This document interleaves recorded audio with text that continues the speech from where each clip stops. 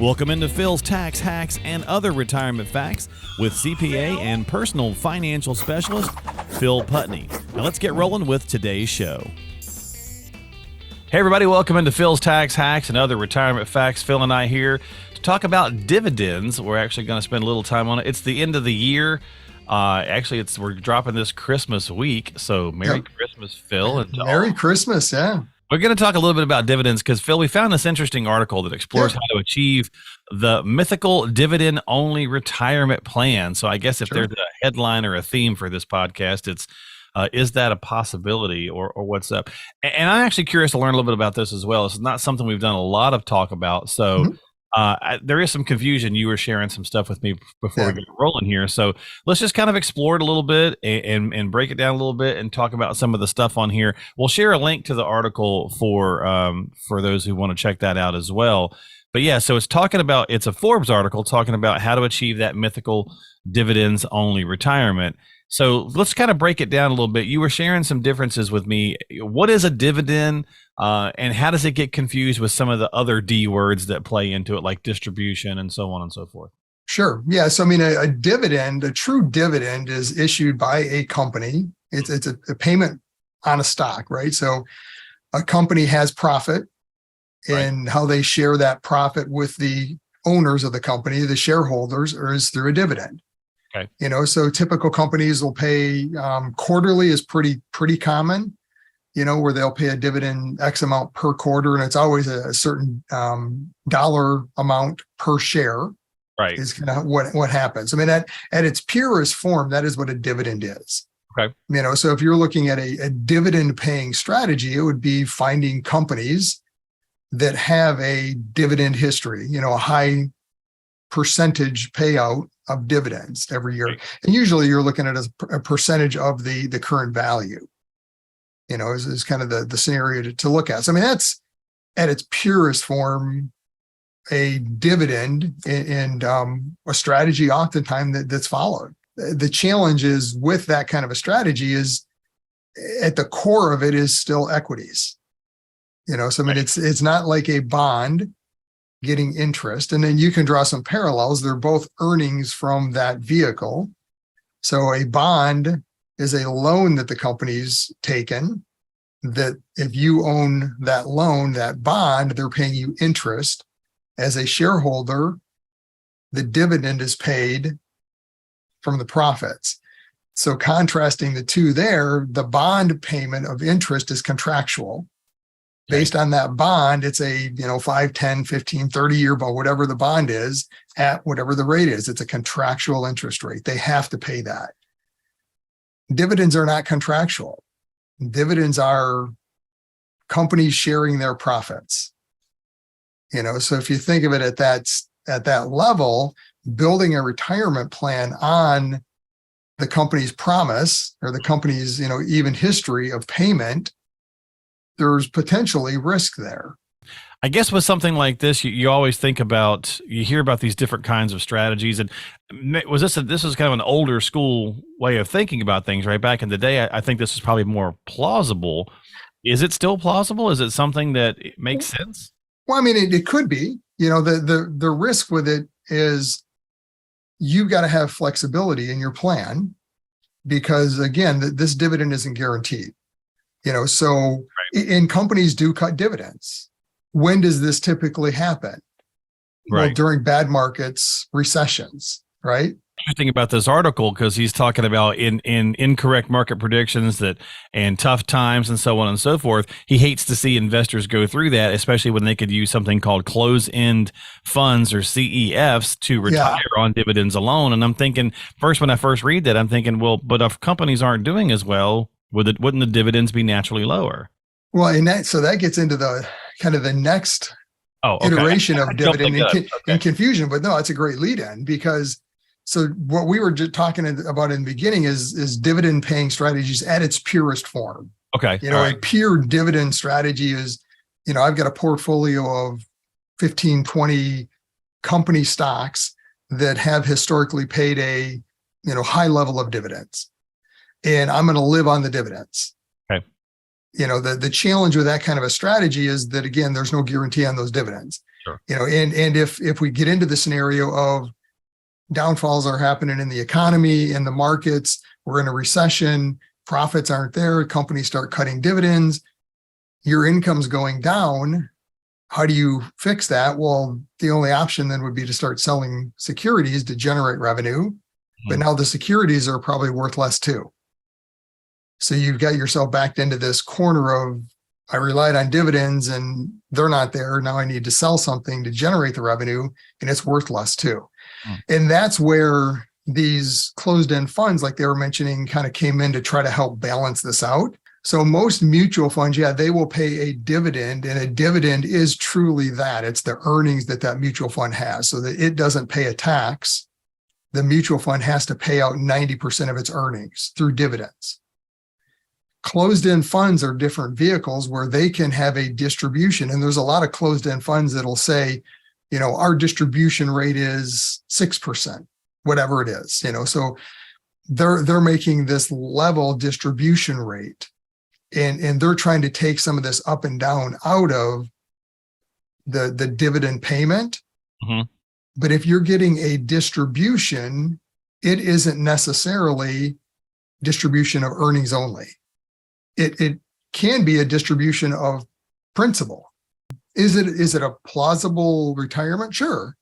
I personally wouldn't recommend it. As the only thing? Yeah.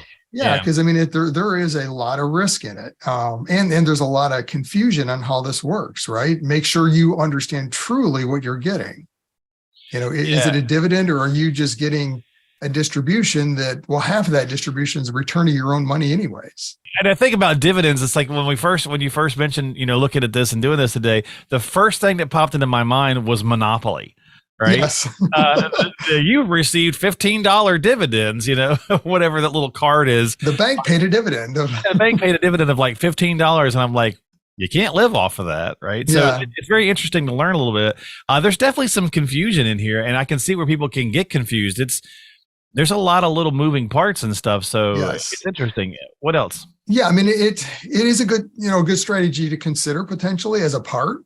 Right. But to me, it kind of likens itself to the general rules of retirement, the 4% rule, the old 4% rule. Okay. I'm taking 4% of my portfolio. If I do that, it'll last throughout my life, with a 60-40 allocation. If your portfolio is down 30%, are you willing to take a 30% pay cut? True. So kind of the same thing can happen with dividends, is that, are you willing to take a pay cut when the companies are reducing dividends? Or if you go the closed-end fund type of route, and another vehicle that is part of this overall dividend pool is a real estate investment trust, or REITs. You've got to be conscious with those, especially the non-traded ones, when they're first introduced and raising capital. They'll all declare a distribution. But again, a big piece of that distribution often is just a return of principal. So if they think of it as a real simplistic level, if you had $100,000 in the bank and that bank account's paying you a 3% interest rate, and I'm taking a 6% distribution, 3 of that is coming from my interest. The other 3 is my own money coming back to me. Money, yeah. It's not earnings. I'm not getting any earnings. You're not I'm not living off the earnings. Right. And that's oftentimes how this is approached is, I want to just live on the earnings. I don't, whatever my portfolio generates, I want to live on. Yeah. And that, again, at a pure form would be a dividend strategy, that if you're comfortable having this fluctuation of dividend payments and income, then that might work. He's talking quite a bit about a couple of specific ones, and I'm not going to mention them. If you want to read them, you can go check out the article, because we don't want to sound like we're endorsing anything.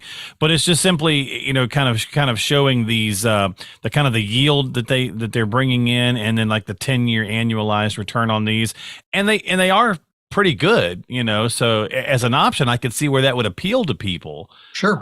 But again, then if you don't understand exactly how they work, you could be getting yourself in a little bit of a pickle. I would assume. But again, be very, very careful. 10-year annual yield. What did we just go through in the last 10 years? Right. It's pretty good. Right? Pretty good. Right. You look at any dividend paying strategy in the last 10 years, it's probably been pretty good. We've had a pretty good economy. Well, this Companies looks have made money enticing. and made distributions and Right. dividends, right? I can see where this would look enticing based off the year we just had and some of the predictions for the Yes. upcoming year. But how long might it last? I guess to your point, right? Yeah, I mean that is the whole key, really, when you're looking at anything it's based on a dividend. Is understand first of all historically what has that company done in bad times. True. Look back. What did they do during 2008? And you can't say that that's going to be the same thing this time around because that didn't affect every industry. Maybe this time as we go through the downturn in the markets, it's a different industry that gets affected, and right. that industry is going to not pay dividends. I mean, there's a lot of companies back in 2008 that were in the recession. They stopped paying dividends. They didn't have profits, right? Or they reduced them. So I mean, you've got to be very conscious of what that is. And then the second is just understanding truly dividend versus distribution. Be very careful. Don't think that a closed-end fund or any other type of investment like that says it has a distribution rate of whatever it is, know that means you're potentially getting some of your own money back. You're not just living on the earnings, even though you think you are. Yeah, that was an interesting point. Yeah. You're getting part of your principal back. I mean, no different than if you had a brokerage account that's generating dividends, but you're just saying, okay, I want 6% of that brokerage account sent to me annually. Well, so is it worth the conversation with your advisor, Phil? So is it, if nothing else, to at least talk about it and bring up yield versus risk and so on and so forth, and just Absolutely. see how it may or may not fit within the overall strategy? Yeah, I mean, if dividends are something that has interested you, and this isn't something that every client would be interested in, because the other thing to realize in all of this, if you have your portfolio as a dividend paying portfolio, your value that comes on that statement every month is going to go up and down. Right. So you've got to be comfortable understanding that my value in my account might be down 30%, 40%, and if the company is still paying dividends, I'm getting the same dividend. Right. So you've got to be able to have that comfort level of kind of disconnecting from the dividend you're getting to the value of the company. Yeah. So if volatility, if watching, maybe not volatility is a good word, but maybe if watching account fluctuations is not something that you're comfortable with or can handle, that might not be a good strategy then. Right. Yeah. I mean, don't get it confused with a dividend paying strategy isn't a conservative strategy. I mean, it's more conservative than a growth strategy. Okay. A growth company portfolio, they're focused on growth. Those kind of companies you buy in there, they don't typically pay dividends because they're taking the earnings and reinvesting it back in the company to grow. Yeah. Yeah. Dividend strategies are usually blue chip companies. They're growing, but they're not focused on growth. Right. They're already generally established companies that are growing, but their focus is just getting lean and growing and generating profits. So now they have dividends that they're willing to pay. Yeah. Okay. And you might have a company that, it's done well and it's paid a consistent dividend as markets have ebbed and flowed. But then even if that's the case, you still have to be comfortable with having a statement that comes in on months that are going to be down, maybe significantly down, and if that's not comfortable for you, then this strategy isn't going to work. Don't get it confused with, and I hate to even bring the bond into this where, because this year bond portfolios aren't conservative, right? Which we've been talking about for years, that this is going to happen at some point, with rising interest rates. But yeah, so we've all been reminded of how volatile bonds can be as well. Yeah, for sure. For sure. Well, any final thoughts on this before we wrap it up this week? So I know there's a lot to it, but it's certainly something. Again, go check out the article, folks. See if you've got some questions or anything. And if you do, just reach out to Phil and have a conversation, especially as the new year starts. It may be something that you want to add to your portfolio. It may not be the right fit, but anything else before we go?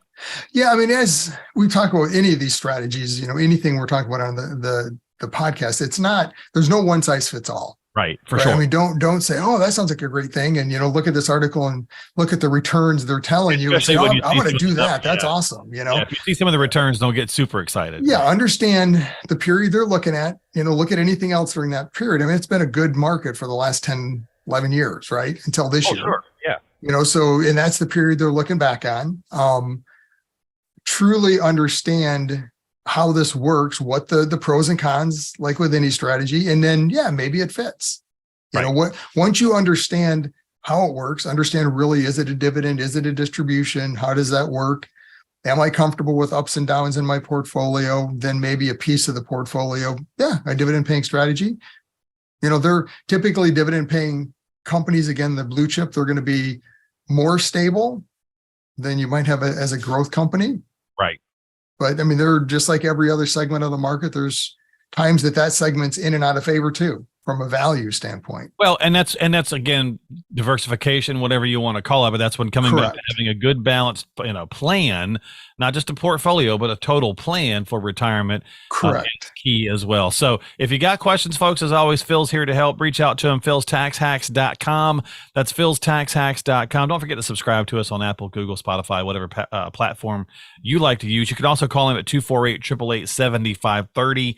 248-888-7530.